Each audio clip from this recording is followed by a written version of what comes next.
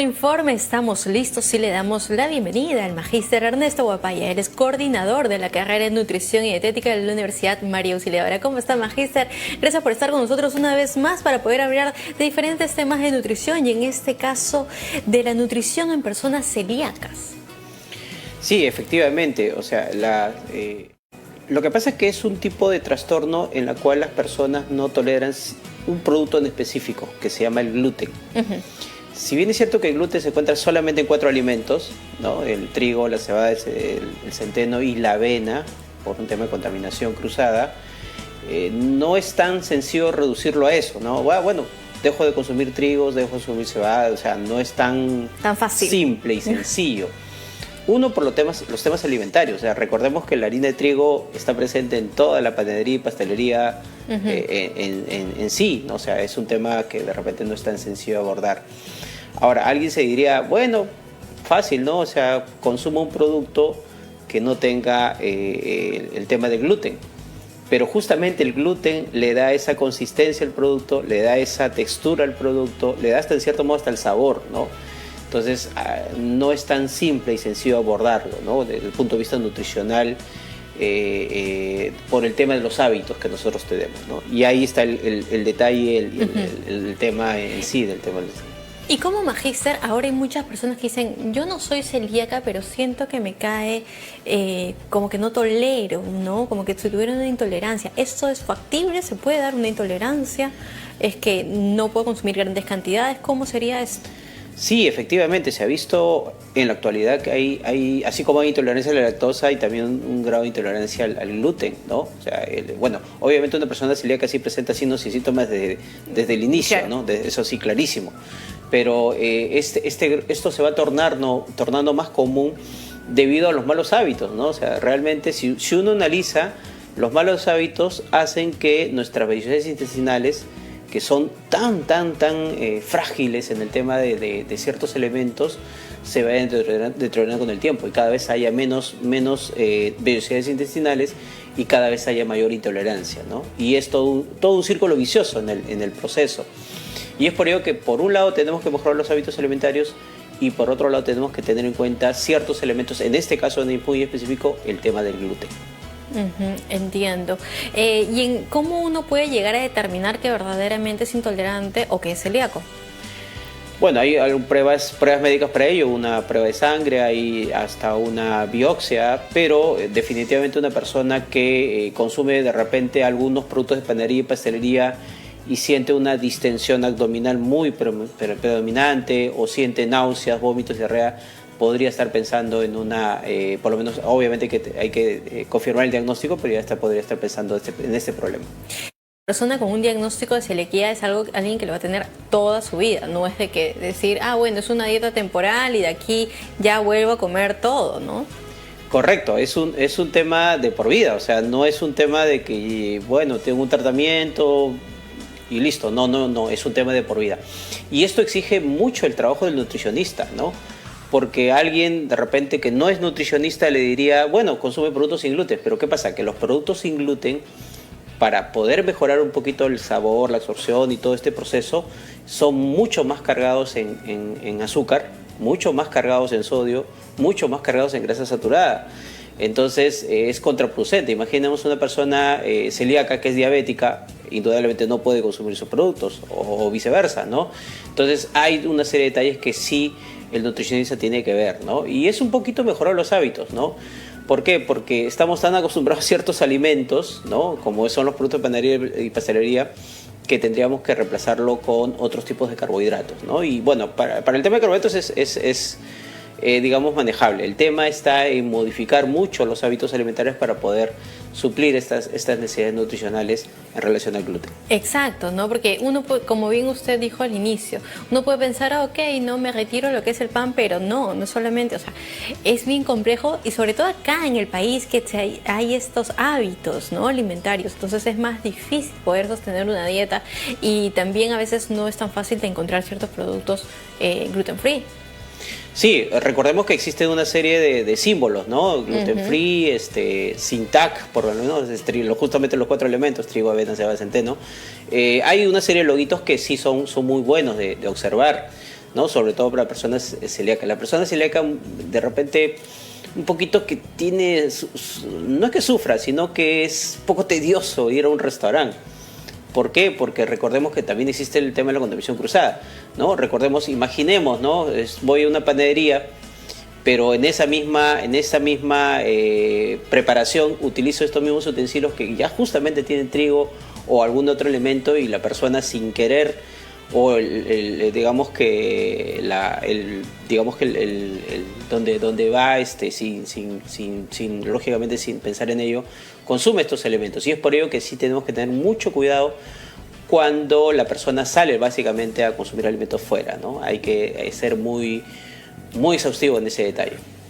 Exacto, ¿no? Y también con algunas bebidas. Claro, o sea, lo que pasa que si analizamos la industria alimentaria, en todo están inmiscuidos estos 4 elementos, ¿no? O sea, ¿quién no consume una avena? O sea, realmente está inmiscuido en gran parte de los productos, mucho más de lo que podemos inclusive imaginar. Exacto, ¿no? Hay que tener bastante cuidado con todo ello, lo que se va generando. Y también porque algunas personas celíacas dicen, bueno, pero yo voy a comer eventualmente, ¿no? Quizás un poquito. Y esto no es solamente que va a quedar en un malestar del momento, sino que puede generar una inflamación y puede ser mucho más complejo. Claro, o sea, recordemos que si la persona de repente por ese gustito, bueno, me dará un gustito ya, digamos que tendrá algún problema, pero a la larga es un proceso crónico. Exacto. Y este proceso crónico es sumamente preocupante porque estamos hablando del intestino delgado, que es el que se encarga de la absorción de nutrientes. O sea, no solamente de un nutriente específico, sino de todos los nutrientes. O sea, si yo afecto mis vellosidades intestinales, lo que estoy afectando es la absorción de todos los nutrientes en general. Y eso hay que tener mucho cuidado en ello. Claro, definitivamente hay que tener bastante cuidado. Es más, hay algunos estudios de investigación que relacionan si una persona es celíaca ya diagnosticada y no tiene una dieta adecuada, tiene mayor predisposición a desarrollar un tipo de cáncer en la zona, en la zona, digamos, digestiva, ¿no? Entonces, por eso es importante. Sí, o sea, no solamente ello, o sea, que es un tema muy preocupante, sino una persona que no tiene un tratamiento nutricional adecuado puede desarrollar otras comorbilidades, ¿no? Como es la diabetes, la hipertensión, la dislipidemia. ¿Por qué? Porque no ha tenido una buena elección de alimentos. O sea, restringir una cosa y aumentar otra hace justamente la aparición de estas enfermedades crónicas, y eso también hay que manejar. Claro que sí, hay que prestar bastante atención entonces a ello. ¿Y cómo aconseja y dar un inicio a esta dieta libre de gluten? O sea, ¿se debe ser radical y quitar todo de la noche a la mañana? Porque imagino que muchas personas también dirán, no puedo, si ya he estado toda mi vida, por más que me ha caído mal, pero es el gustito de consumir uno u otro alimento. Bueno, en este caso sí hay que ser un poquito más drástico en el proceso, ¿no? A veces como nutricionista podemos tener algunas ventanas de opciones, pero aquí sí no tenemos muchas opciones. Entonces, en ese proceso de llevar muy controladamente la dieta, puedo tener algunos de estos productos sin gluten, siempre y cuando tengan por lo menos una excesiva carga de otros nutrientes que excesivamente pueden ser muy peligrosos. Lo otro está en que la persona tenga mucha educación alimentaria nutricional, porque esto exige una alimentación de por vida, ¿no? Y eso implica que tenga un manejo muy adecuado de las preparaciones y los productos que va a utilizar día tras día. Exacto, ¿no? Y ahora también uno puede hacer su propio pan, pues, ¿no? Como alternativa. Sí, o sea, efectivamente, ¿no? Tenemos una serie de combinaciones de pan en la cual no es que no sea necesario el trigo, pero básicamente podemos omitirlo, ¿no? Lógicamente no va a ser un pan tan crujiente, no va a ser un pan tan convencional como nosotros conocemos, pero va a tener lógicamente ese gustito y va a tener esa saciedad que puede producir cualquier otro producto o otro tipo de pan. Entonces ya saben esta gran alternativa. Y en las personas que son intolerantes, ¿cómo se manejaría? Claro, en la intolerancia sí podría haber una cierta flexibilidad, ¿no? En relación a estos productos. Básicamente está mucho más relacionado con el trigo, no tanto con la cebada, la avena, pero más con el trigo, que produce cierta intolerancia, y habría que manejar ese alimento muy en específico. Pero en relación a los otros alimentos no habría ninguna dificultad y ningún problema. Y esa persona, digamos que tiene la intolerancia, en algún momento sí podría ya tener una dieta incluyendo todo. Claro, con un proceso adecuado y básicamente con una disminución de la inflamación a nivel intestinal, ya la persona podría tener una dieta no 100% excesiva, pero por lo menos con algunos gustos que cotidianamente uno se puede dar. Entiendo, entonces hay que prestar bastante atención y como dijimos al inicio, es muy importante llevar este tipo de cambios o revisar cómo va la alimentación de la mano de un especialista. Y esto también es importante porque si no se puede generar algún tipo de deficiencia, ¿no? Porque algunas personas cuando quitan algún alimento, ¿no? Digamos dicen, no voy a comer entonces pan, voy a poner un montón de papa o voy a poner un poquito más de camote o de otra cosa para llenarme, ¿no? Claro, o sea, ahí tenemos que, para eso justamente el nutricionista es el idóneo para poder un poco tratar de que esto sea muy balanceado, ¿no? Si no se encuentra ese balance en una persona, de repente en su lógica, no, ya no como esto, como el doble de aquello, y lógicamente no se produce un balance adecuado. Y también, Magíster, muchas personas piensan que a veces cuando están haciendo dietas restrictivas para bajar de peso, también buscan sin gluten, pensando que el gluten los hace engordar, ¿no? O sea, como si fuese un producto light, ¿no?